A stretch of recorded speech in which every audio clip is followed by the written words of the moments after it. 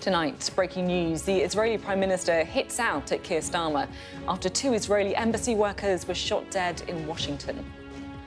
The Prime Minister and other Western leaders are accused of emboldening the forces of terror after Yaron Lashinsky and Sarah Milgram were killed. Also tonight, the government supports a plan to reduce short prison sentences and release some offenders earlier to prevent a prison capacity crisis. But is it a get-out-of-jail-free card for violent offenders? I'll speak to the Lord Chancellor, Shabana Mahmood. A sellout or a deal in the national interest? The government's Chagos handover is finally agreed after overcoming a last-minute legal hitch. Net migration falls by half as the Conservatives say it's the legacy of their crackdown. Plus, a year on from Rishi in the rain, we look back at the Sunak snap election call that disastrously backfired. Sawa Shah and Stephen Flynn will be with us for the next hour with their umbrellas at the ready.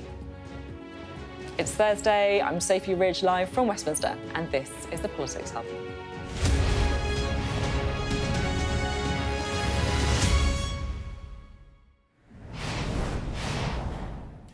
Hello, good evening. We just wanted to begin tonight with some breaking news and the shooting dead of a young couple who worked at the Israeli embassy in Washington, which has sparked a diplomatic attack on Keir Starmer by the Israeli Prime Minister. Now, the 2 people killed in the shooting were earlier named as Sarah Lynn Milgram and Yaron Lashinsky. They'd been attending an event at the Capital Jewish Museum and they were both shot as they were on their way out. A suspect was filmed shouting "Free Palestine" as he was arrested by police. And Sky News has also uncovered a social media post believed to be from the suspect where he criticised Israel's actions in Gaza. Now, Israel has blamed toxic anti-Semitism for the killings and says it's now increasing security at its buildings around the world. Some, though, in the Israeli government have blamed Western leaders for inciting anti-Semitism with their response to the war in Gaza. And earlier, the Israeli Minister for Diaspora Affairs said that Emmanuel Macron, Keir Starmer and Mark Carney had emboldened the forces of terror through their failure to draw moral red lines. Now, the Israeli Prime Minister Benjamin Netanyahu has doubled down on that attack in an address this evening.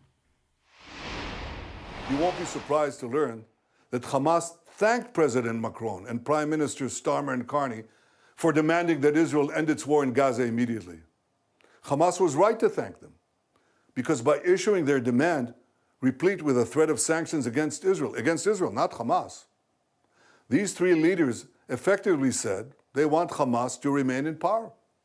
They want Israel to stand down and accept that Hamas's army of mass murderers will survive, rebuild, and repeat the October 7th massacre again and again and again, because that's what Hamas has vowed to do.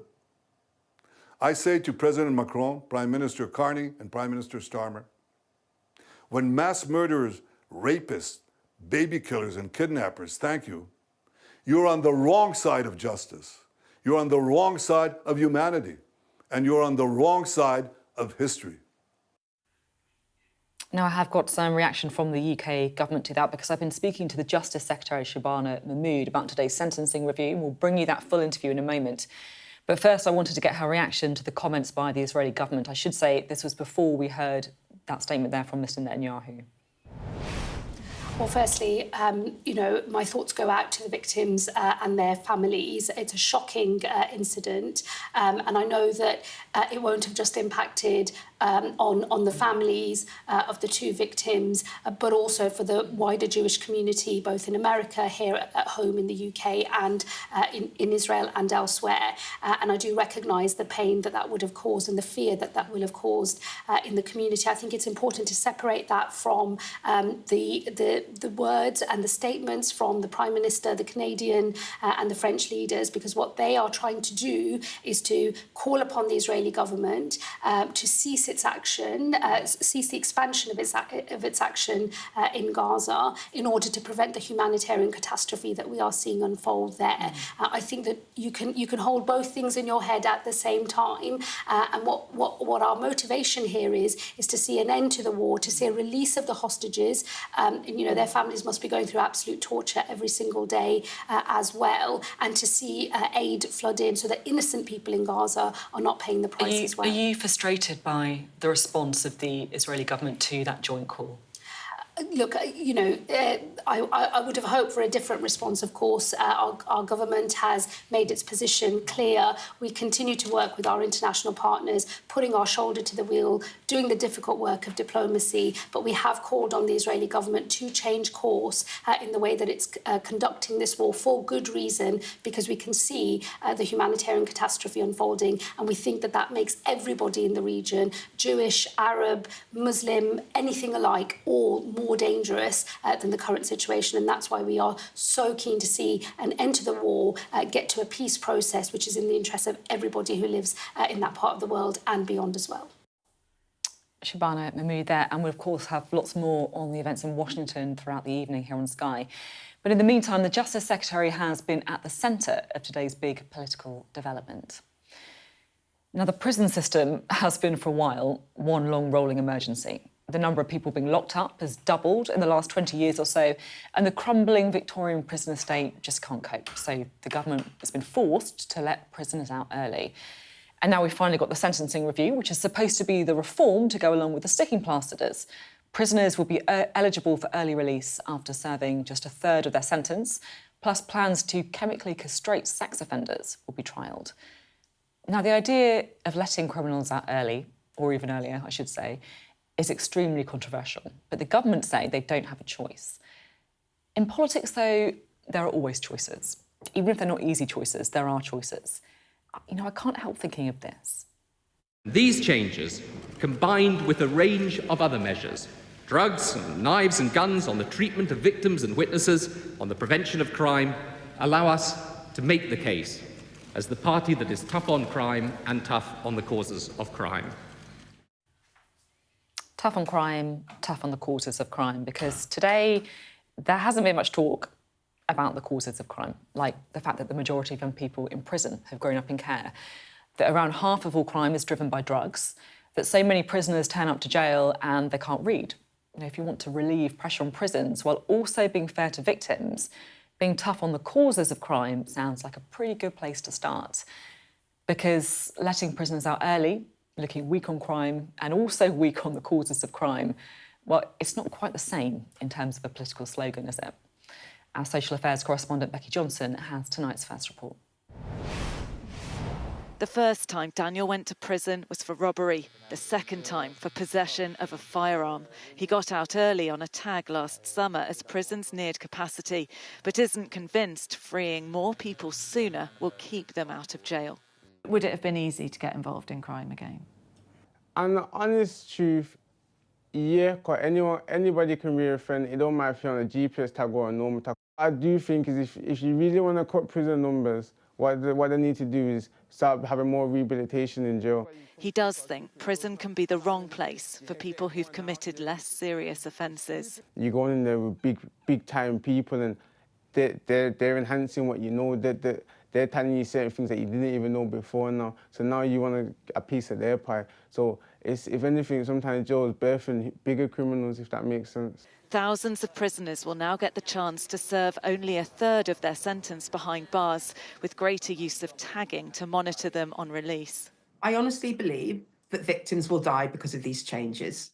Rhiannon Bragg was stalked by her ex-partner. He turned up near her home and held her at gunpoint for 8 hours. Once he'd been released from prison on licence, she didn't feel safe until she found out he'd died. I felt constantly at risk. What if he breaks those licence conditions? How long have I got? What will he do? So I never felt complete safety. I never felt free from fear. These are massive changes to free up more space in prisons that will mean many more criminals are back out on the streets. People will be more reliant on the probation services and technology to work properly to keep them safe. In Parliament, the Justice Secretary defended the changes. If our prisons collapse, courts are forced to suspend trials. The police must halt their arrests. Crime goes unpunished and criminals run amok and chaos reigns. What do these changes amount to? A get-out-of-jail-free card for dangerous criminals. For sex offenders, a pilot scheme offering voluntary chemical castration will now be expanded, with the government looking into whether it could become mandatory. Doctors don't see themselves as agents of social control. If you were to try to make it mandatory here, it would have to be attached as a condition of parole, and if they refuse medication, to be brought back into prison. But as I said, we simply wouldn't support that. We don't think that's a doctor's role. For communities plagued by petty crime, frustration that most sentences under a year will be scrapped. We can see the cameras up here and outside. How long ago did they go in? About 6-7 months ago. Surinder had to install the security cameras to deter shoplifters. Now, thieves are unlikely to face jail. They more or less look at you and laugh at you in the face that, you know, OK, you've caught us and now what can you do? These changes, the real-world consequences of the prison crisis that will leave many feeling less safe on Britain's streets. Becky Johnson, Sky News, Birmingham. All right, let's bring in our duo for the evening, shall we? The Scottish National Party's Westminster leader, Stephen Flynn, and the former Conservative Special Advisor, Salma Shah. Great to have you both with us. Salma, you were a Special Advisor at the Home Office, so you will have been across some of these issues before. What do you make of what the government's done today? Well, actually, generally speaking, I'm quite supportive of it, notwithstanding that there are going to be a lot of people who are very worried about the impact of this in terms of their community. But I think the argument here is that it's not just about prison places, it's about breaking this cycle where actually the prison population is rising. And it's one of these questions where actually having a tit-for-tat battle between politicians is not going to solve the problem. So let's have a conversation about what's going to solve the problem. There's obviously this big headline-grabbing thing around chemical castration. Now, I remember discussing this when we were in the Home Office, and this is not really just about sentencing or creating prison places. This is about protection of vulnerable children who are at risk from perpetrators. And if you look at it through that prism, that lens, then it makes a lot of sense.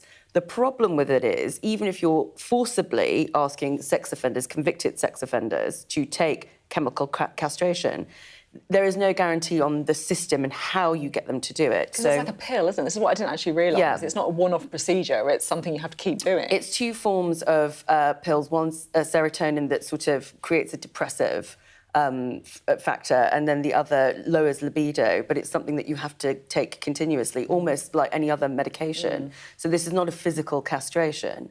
So enforcing that and making sure that that works in the system is going to be something that's going to be problematic. It's an issue that I feel like I've got a bit more of an insight in because I've done some filming recently in Preston Prison, and what shocked me was it's just and I know it sounds obvious, I shouldn't be shocked by this, but it's just the same people just going back again and again and again. It does feel like we need a grown-up conversation about this. Yeah, totally, and it's probably long overdue, is it not? We have this cyclical nature where people get themselves embedded in criminality and then they go in and they come out.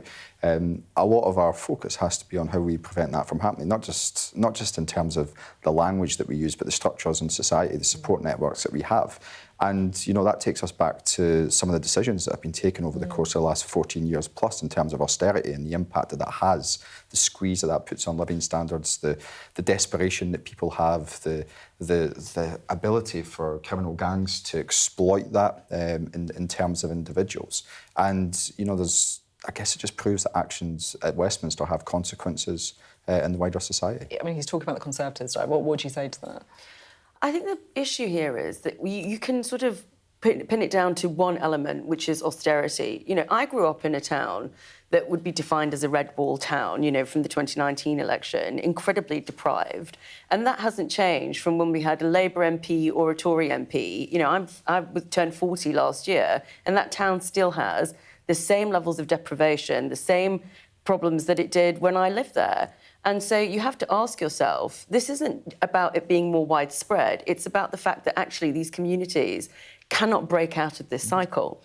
Now, the person who's done the sentencing review for the government is a former Conservative Justice Secretary. So this is the point at which you say, OK, we can sort out the sentencing, but the underlying issue here isn't even about headline growth figures or austerity. It's about whether you are making the right choices to help people help themselves out of poverty. And many of those choices come back to, and in the example you've given there, I can think of many examples in places where I grew up as well. And a lot of that comes down to investment in those communities, into those people. And that's compounded, or that has been compounded by the fact that there has been this strain on the state, a purposeful choice made by politicians. And politicians have made those choices knowing what the consequences are going to be. And it's not made anything any better. But ultimately, we are in this situation where we are now. There's a lot of attention being placed on the fact that prisons are under a significant amount of pressure. And whether it's north of the border or south of the border, we need to have this grown-up cross-party discussion about what this looks like and how we deal with individuals going forward. OK, thanks both very much indeed. Now, lots of issues we were just touching on there. Some of them I put to the Justice Secretary, Shabana Mahmood. Thank you very much for talking to us today. So you're accepting most of the recommendations of the sentencing review. Are you doing that because it's the right thing to do or because you haven't got a choice?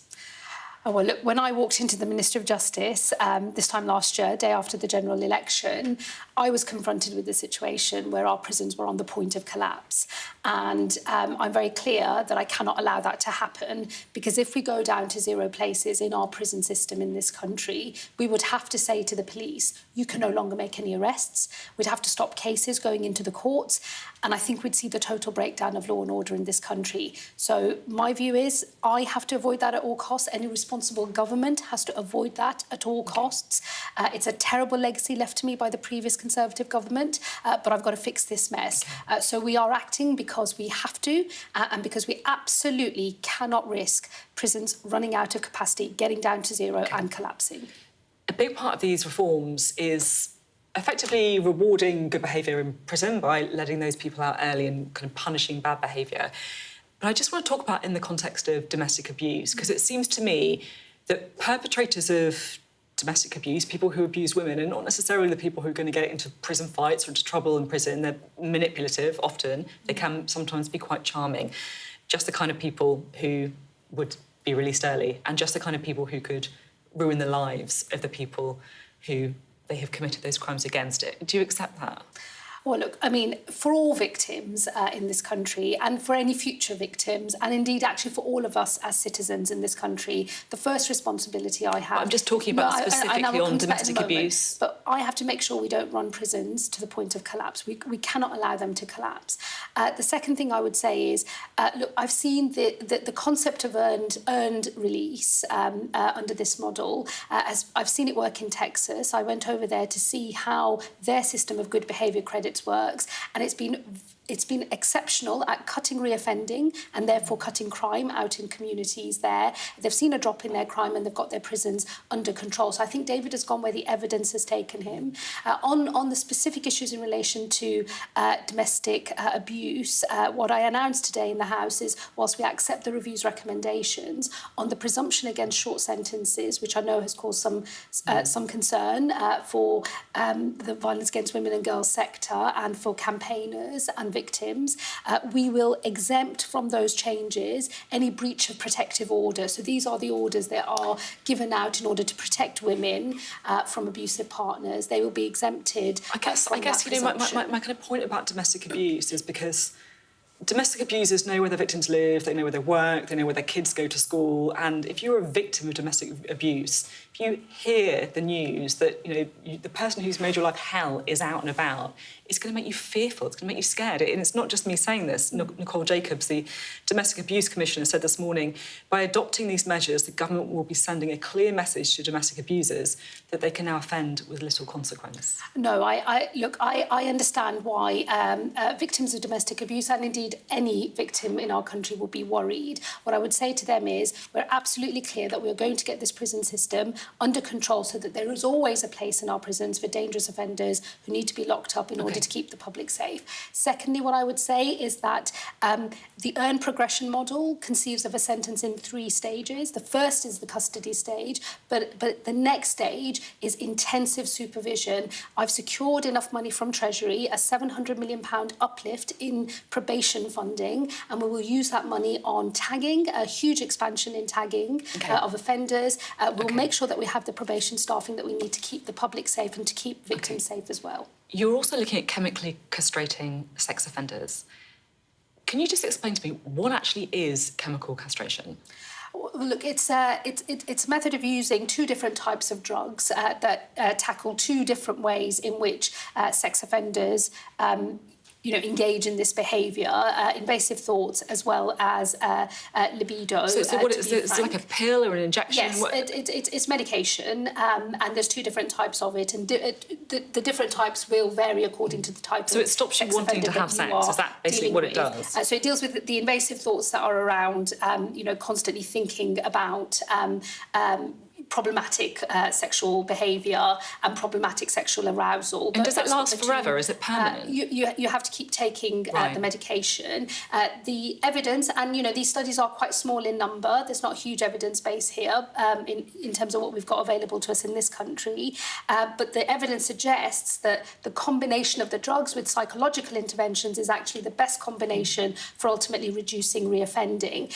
What I've inherited from previous administrations is a very, very small-scale pilot that's been running for some years in the southwest. What I've decided is I think that this is a combination of medicine and psychological interventions that other countries are using to good effect. So more and more countries are taking this up. I'm not squeamish about doing this here, so I would like to see a national rollout of the current programme that we have. We're going to start with 2 regions and then progress to national rollout. It's a voluntary programme to start with, but I'm also exploring, whether mandation might be a way forward for us as well. To force people to do it. Are you worried about miscarriage of justice at all? Well, look, any system you'd have to design properly so that you are dealing with sex offenders, people who are proved to be sex offenders, and at the moment it's a voluntary system. So these are people who accept that they've got a problem and who are willing to go down this road of chemical suppression as well as psychological interventions. I know I feel like I'm rattling through this, but this is such an important issue. There's so many different things I want to talk to you about, and I did just want to ask you a question on community service as well. Because you talk about council street cleaning, filling potholes. And one thing that has always stayed with me, actually, was some years ago, but I read a letter into a newspaper from somebody who worked for the council, and they said they found it quite offensive when criminals were being punished by having to do the same job that they did for their actual job. And I just wonder, is there something in that? I mean, it's not really a punishment, is it, to make people do work that's people's daily lives? That's an interesting perspective, but I do disagree with it because I think it's important for offenders to engage in activity that clearly shows the community they're paying back. There's a reparations But it's element. not really paying back. It's not really a punishment. This is what people's... But these are jobs that need doing, right? So we will work with... What I've announced today is we'll work with local authorities and fill some of the gaps that they have in the provision of public services, whether that's filling potholes or cleaning our streets or doing other work. But I will also, in the next few weeks, be sitting down with private employers to think about whether we can have a model where offenders do work for private companies and the salary that they would have been paid for that work actually gets paid into a victims fund instead. I just want to talk about some of the wider issues around this because I spent some time, as you know, filming in Preston Prison, and it did really genuinely change my perspective on a lot of this stuff. It was the same people in prison. They started off when they were 17, 18, they kept coming back and again, and a lot of the officers were frankly saying that some of these people shouldn't be in prison. And just looking at the numbers, statistics show the prison population has doubled since 1993. I mean, do you think the UK has become twice as dangerous in that time? Well, look, I think that... Look, I believe in prison, and I think prison has a place. And what you've seen in Preston is a prison system that's not working at the moment. And part of my job is to make sure that we run prisons that do the job they're supposed to do, punish offenders, but then also help rehabilitate them so you don't get people coming out. But that's not what prisons are doing. They're not. It's not working, is it? Well, when you run a system at boiling hot, which is what the Conservative Party did for most of their time in office, it's actually very difficult when prisons are so full and on the brink of overflowing to run the sorts of regimes where you can actually start to make a difference. You're absolutely right. At the moment, our prisons create better criminals rather than better citizens. 80% of offenders are reoffenders. That's why you saw so many people cycling in and out of the system when you were in Preston. We do have to turn that around. Because I know I'm thinking back to when Tony Blair said, tough on crime, tough on the causes of crime. And today it feels like all the talk is about prisons and there's not very much at all about the causes of crime. You know, the fact that the majority of young people in prison went to care, right? You know, the fact that half of crime is driven by drugs, the fact that so many people are going to prison not able to read. You know, it feels like you're like hurtling from emergency to emergency without tackling some of the root causes that are causing the system to be at the point of collapse. Well, what I would say is, of course, I've got to stop the system from collapsing, but we are also taking measures on reducing reoffending as well. We recognise that having 80% of offenders who are re-offenders is just a shocking statistic, and it's an indictment of the failures of the prison system in this country. You're not talking about the causes of crime, and you're also letting sex offenders out of jail early. You know, is there a risk that this is a government that is not tough on crime and tough on the causes of crime, but weak on crime and weak on the causes of crime? No, I absolutely reject that, because what I think is weak on crime is letting your prisons get to the point of collapse in the first place. So, I absolutely reject that. We're going to build prisons. We will fill those prison places because we need to in order to meet the demand coming into the system for prison places. But we also have to do better on rehabilitation. We've accepted the recommendations that David Gauke has made on greater use of intensive supervision courts. This is where you have a judge who really works closely with an offender to make sure that they keep them on the straight and narrow. They engage with their drug treatment programs or their alcohol treatment programs. They engage with other rehabilitative activity. All of the early work in this country shows huge promise. We will see an expansion of intensive supervision courts. So I think for different cohorts of offenders, we will start to make a difference on that very important work of reducing reoffending and tackling the root causes as well. Thank you very much. Thank you. While listening to that interview with the Justice Secretary was Dame Nicole Jacobs, the Domestic Abuse Commissioner for England and Wales, who joins us now. What's your reaction to the interview with the Justice Secretary? I have concern that we are not taking seriously the risks that these changes pose to victims. I think there are some mitigations that she's talked about. I really appreciate that, but we should expect that of any government who is making changes which put victims in harm's way. So there's a whole raft of issues that will feel quite unjust to victims.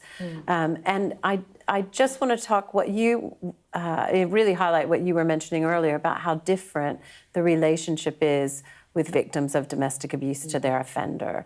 And we have to make sure that in every way we appreciate what that change, that difference really is. And I'm worried about the timescales of all of this. I'm worried about the risk assessment that takes place. How much are we definitely going to mitigate the risks as opposed to kind of talk around or skirt around the issues? Yeah, because the thing that strikes me is, as you say, like domestic abuse victims and their perpetrators, as you say, have a different relationship. It's a personal relationship. They know where they live, they know where their kids go to school, they know where they work, they know their habits, they know what they like to do at the weekend, right? What I guess the Justice Secretary would say is that's why we're going to increase the tagging, we're going to use technology to try and keep tabs on people. Do you think that's enough? What we know now is that when we have perpetrators of domestic abuse who have orders, they often breach those orders. Very little enforcement of those orders. There's many, many ways that we can see that we already let victims down. So I'm not convinced by those reassurances. We have to make sure that if we're going to institute these kind of sweeping changes, that we put victims first in all of this. Do you think that's happening now then? No.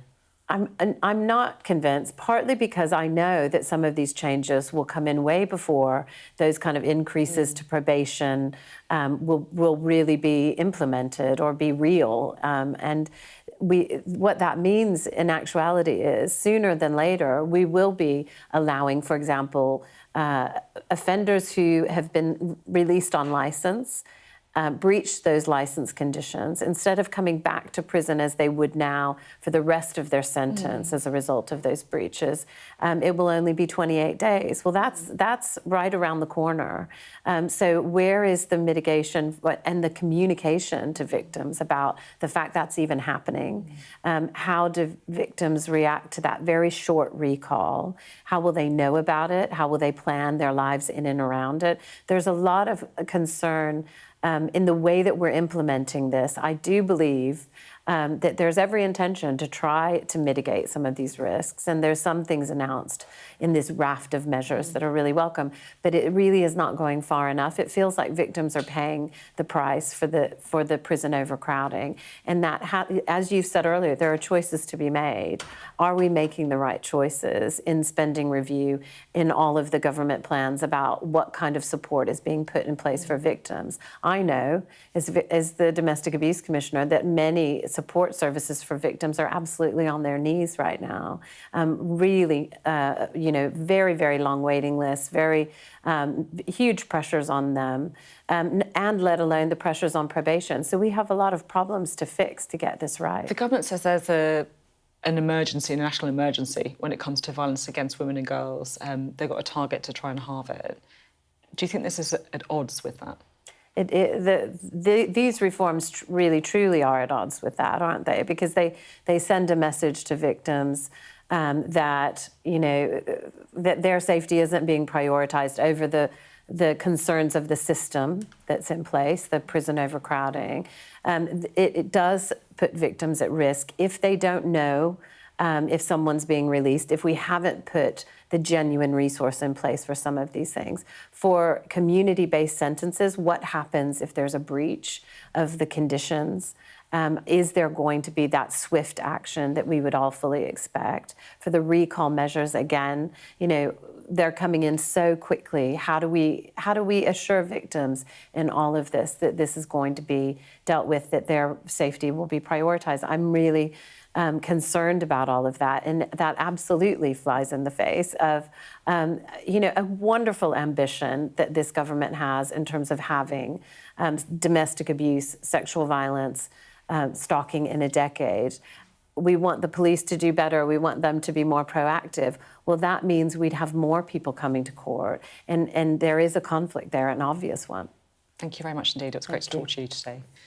Well, of course, the sentencing review is sure to feature in tomorrow's newspapers. We'll have our extended press preview from 10:30 this evening with tonight's news and tomorrow's headlines. Joining us will be the political journalist and broadcaster Theo Usherwood and the deputy opinion editor at the Financial Times, Miranda Green. You're watching the Politics Hub. Coming up, a green light for the Chagos deal. The Prime Minister completes the formal signing over the islands of Mauritius, but questions now about spiralling costs to the UK. All the details next.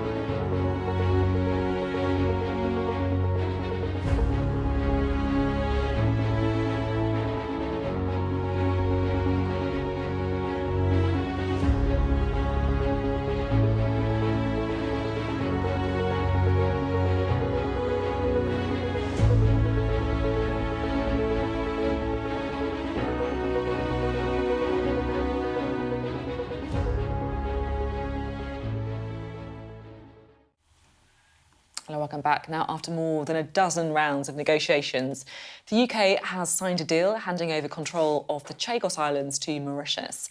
But the process wasn't without a last-minute hiccup, with a delay following an 11th-hour legal challenge.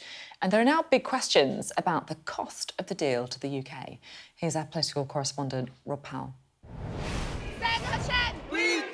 Anger and outrage at the High Court from those who call the Chagos Islands home, urging the government not to give them up. Starmer decided to give the island to Mauritius. It's going to be a disaster for us. And I can assure you, a lot of people will die very soon, right? This is very important, and then we take it very, very seriously. But the Prime Minister, flanked by military top brass, taking a different path. I signed a deal to secure the joint UK-US base on Diego Garcia. This is absolutely vital for our defence and intelligence, and therefore for the safety and security of the British people. Sir Keir Starmer insisting legal doubt over the future of the islands meant he had to act. There is no alternative. We will never gamble with national security. So we have acted to secure our national interest, to strengthen our national security, and to protect the British people for many years to come. Lawyers for these Chagosian women forced the Prime Minister to push back both his press conference and the signing of the agreement after a 2 a.m. legal order blocked the government. But in the High Court today, that claim was thrown out. For us to be able to push through our message to the government, they are not treating us that we are human beings, we have rights. We are British citizens, yet our right doesn't count. Campaigners here say this was always a David and Goliath battle, one Chagosian woman and her legal team trying to strike down a deal agreed by the US, UK and Mauritian governments. And while this legal action may have failed, the anger here won't fade quickly among people who feel let down and sold out by the country they've made their home. Negotiations over these strategically important islands started under the previous Tory government. But with a cost of more than £100 million a year to the taxpayer to lease back the territory's military base, there's plenty of political opposition. This is yet another example of Labour chaos. They cannot negotiate. Whenever they negotiate, Britain loses. We should not be paying to surrender British territory to Mauritius. Campaigners here say they'll now carry on their fight for a strip of islands with great personal meaning, but big political importance too. Rob Powell, Sky News at the High Court. Right, let's bring in Salma and Stephen, shall we? Stephen, what do you make about this deal? Well, firstly, I actually think it's very important that the UK is able to secure what is an important defence asset with the United States of America. I think politically for the Prime Minister it's going to be extremely challenging, because if you're someone sitting at home right now who has lost their winter fuel allowance, or you are in a business or a charity that is paying increased tax through your national insurance payments, if you're someone who's seen their energy bills go up, or all manner of things that the government has imposed on people, or perhaps a disabled person is a way to lose their financial support, you're going to see no money for you, but a huge amount of money to settle this deal. And I think that's really going to stick in the craw of a lot of folk.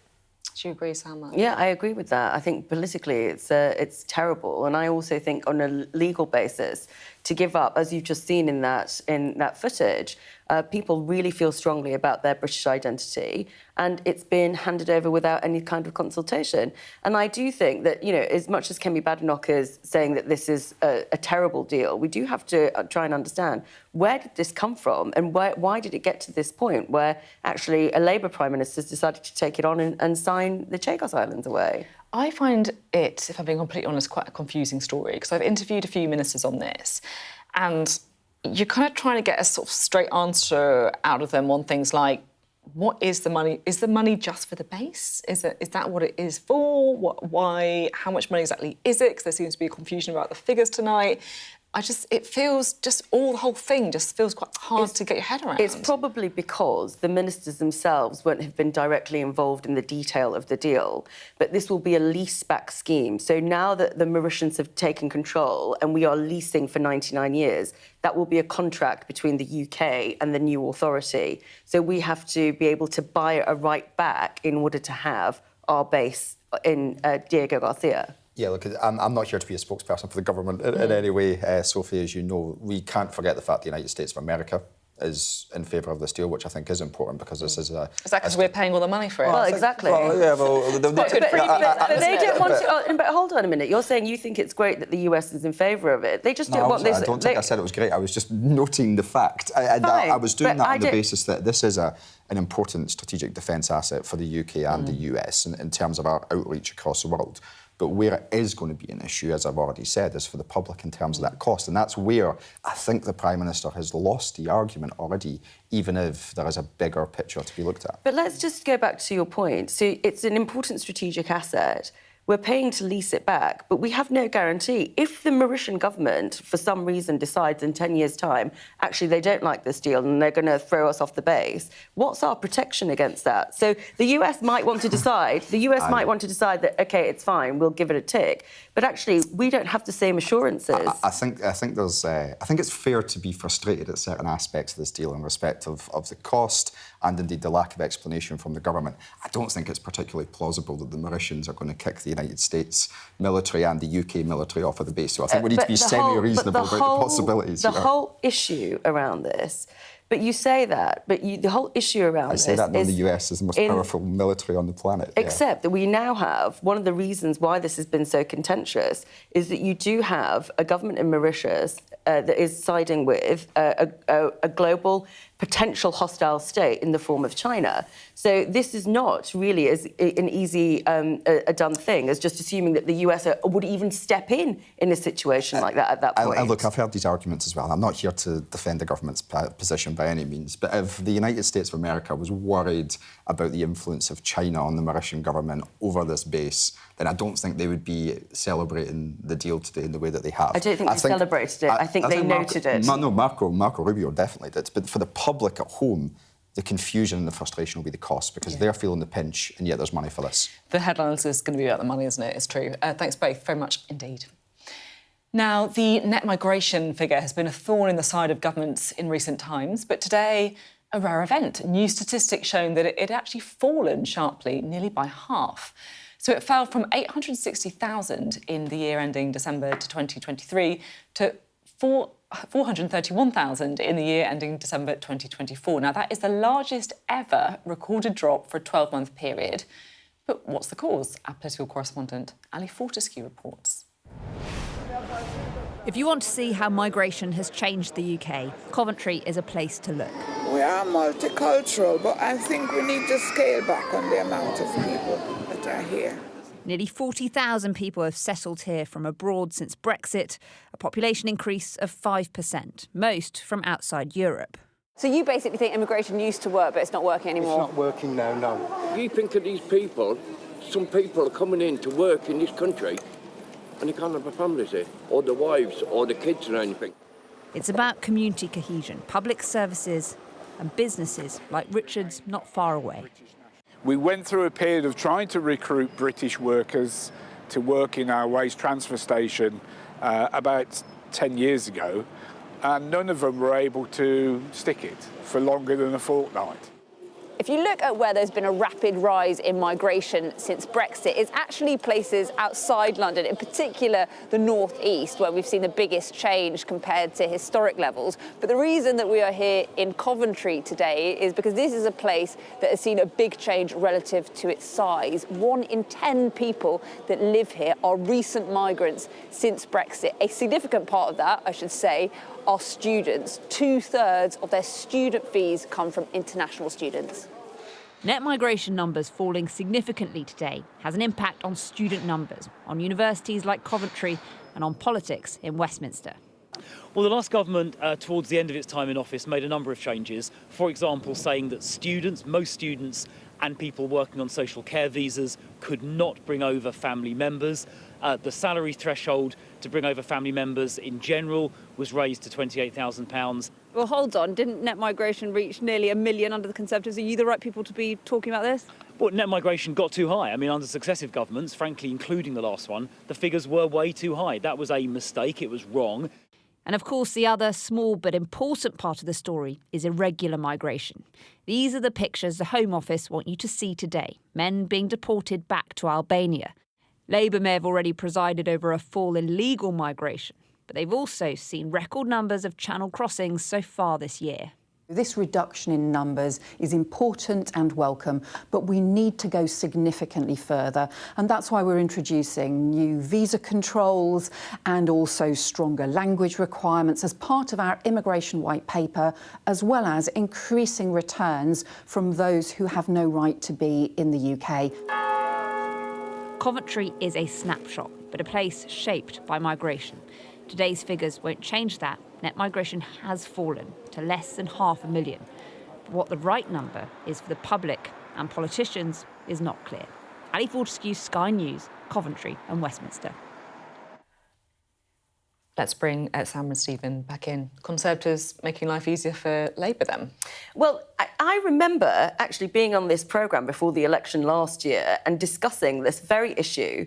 And we talked about how those numbers looked like they were going to come down, which sort of makes the fact that Rishi Sunak called the election when he did even more sort of implausible, because the chatter at the time around immigration was that Keir Starmer would benefit from the policies that were put in place at the time by the Conservative government, because there was going to be a downward flow. I mean, we were just chatting, we thought that actually the number of people seeking asylum and refuge in the UK would go down because of our offer to people from Hong Kong, to Afghanistan and Ukraine would reduce. But this is to do with the fact that there have been changes in dependent policy for students coming over outside of the EU, and for care workers. So we don't know actually yet whether it's going to have a negative economic impact. You see, this is it, isn't it? And I'm interested in your thought on this too, because the headlines are, this is great for the vote of the government, net migration coming down. Is there an argument about whether it is a good, bad thing to see reduced?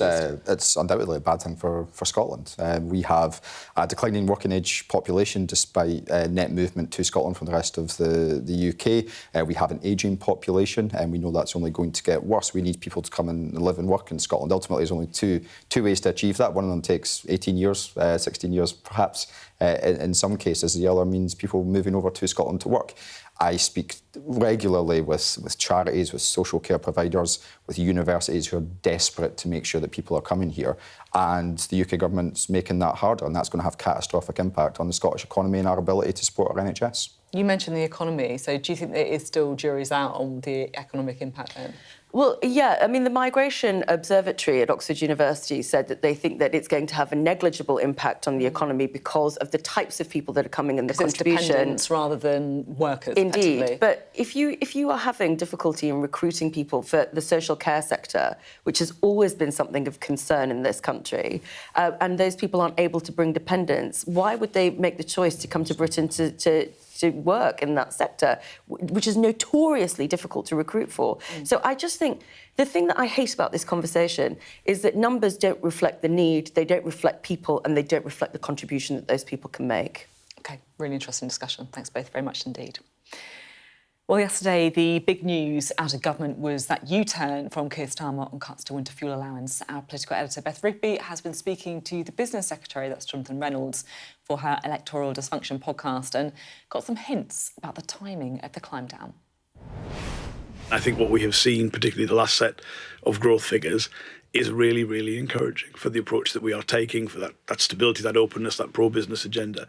And so, look, you could say what prompted... So are you making the decision because Rachel Reeves suddenly has found more money, or are you making the decision because voters really did dislike this policy and it was a policy that was going to hurt Labour and maybe not a great idea? Any government is always listening, whether you are doing so for election results or for what people tell you. So if the economy begins to contract again, he won't do it in the autumn?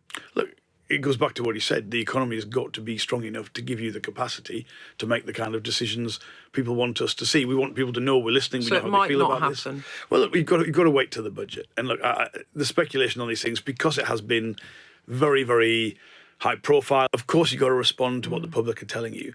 But you have to do it. And all the Prime Minister has said is, look, he's listening, he's aware of it. He wants a stronger economy to be able to deliver for people. You'd have to wait for the actual budget to do that. Is the Prime Minister going to change the winter fuel allowance at the budget, or is it subject to the economic outlook? He wants more people to have the kind of support that we're trying to put in place. He's got to wait to a fiscal event, a budget, in order to make announcements on that. And you can listen to the full interview with the Business Secretary on tomorrow's episode of Electoral Dysfunction. And also by scanning the QR screen now, you can also listen to all the latest episodes of that podcast. Still to come on the Politics Hub. The rain-soaked start to the campaign. We're going to reflect on 1 year since Rishi Sunak called the general election. Coming up on the UK Tonight at 8, concerns about recommendations for the early release of dangerous prisoners to ease overcrowding in jails. Plus, we speak to the husband of a teacher stabbed by a 14-year-old pupil at school. Also, the 9-year-old telling developers you cannot be serious about plans to expand the All England Lawn Tennis Club in SW19. And we'll be behind the decks for some banging tunes with 10-year-old DJ Steady before she heads to Ibiza. All that and much more on the UK Tonight from 8.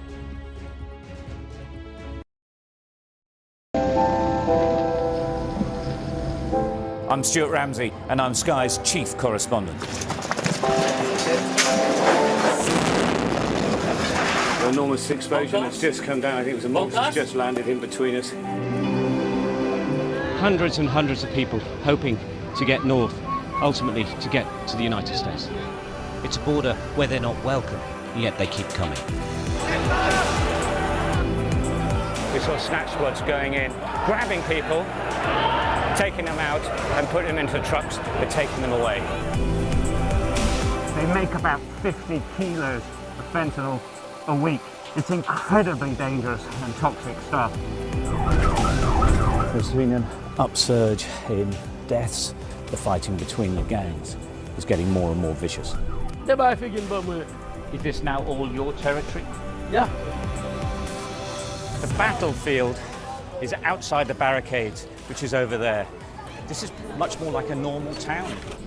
It's really sending a clear message that Venezuela is eager for change. We've been crushed. Free from wherever you get your news. We are in the middle of a forest, in a jungle really, and they're attempting to keep these men alive. This is real, hardcore emergency medicine. The information on this could bring down the entire network, not just in Iraq and Syria, but across the world. Sky News, the full story first. Well, hundreds of thousands of people have been using the beast for years to traverse Mexico, but it is really dangerous. Many people have died riding it. 20 clubs, 10 matches, one final day. It's Premier League Championship Sunday. Broadcasting and streaming live. The Champions League chase comes to an end. And Liverpool are crowned in front of the Anfield faithful. Premier League Championship Sunday. All starting at 11 a.m. Brought to you by Expedia.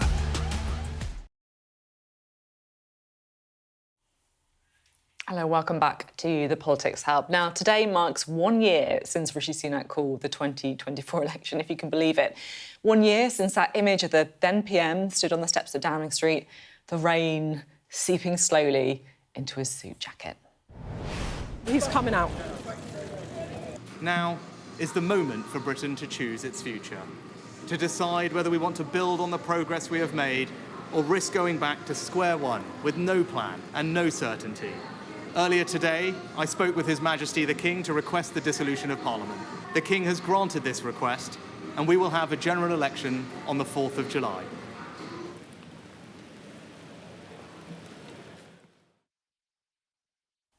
I still can't actually believe that happened, to be honest. I can't even watch it. It's like, you know that Kennedy-Nixon debate where they say that if you watched it, you thought Kennedy won, but if you heard it, you thought Nixon won. I think if you just cover your eyes, it sounds perfectly credible, but then you do the reveal and you're like, What happened?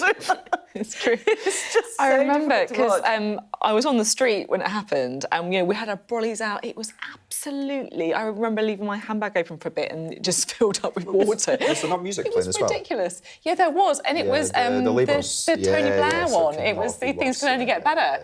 It was honestly, it was like I just can't believe that happened. To be honest. Yeah, I remember sitting watching it. I'd goaded him at Prime Minister's Questions that day and said he failed to call an election.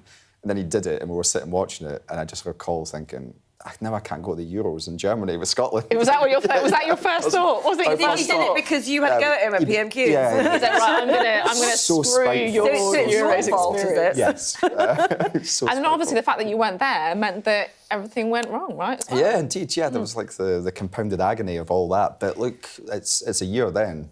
Think how popular Keir Starmer was a year ago, and think how unpopular he is now. It's the start of the demise of Keir Starmer's popularity. Yeah. That's my big take on it all. SNP a few less MPs as well. Yeah, well, we don't try to think about that too much. The aftermath of the general election isn't something that I dwell on as much as I perhaps I mean, do.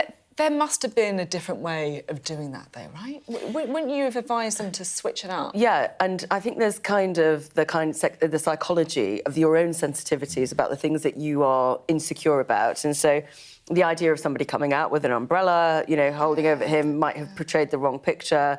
But in years gone by, you didn't necessarily need to make this big statement with a lectern on, the steps of Downing Street. There's one step. I don't know why everybody uses plural. Yeah. But, you don't have to do it in the street. Everybody's looking for that picture.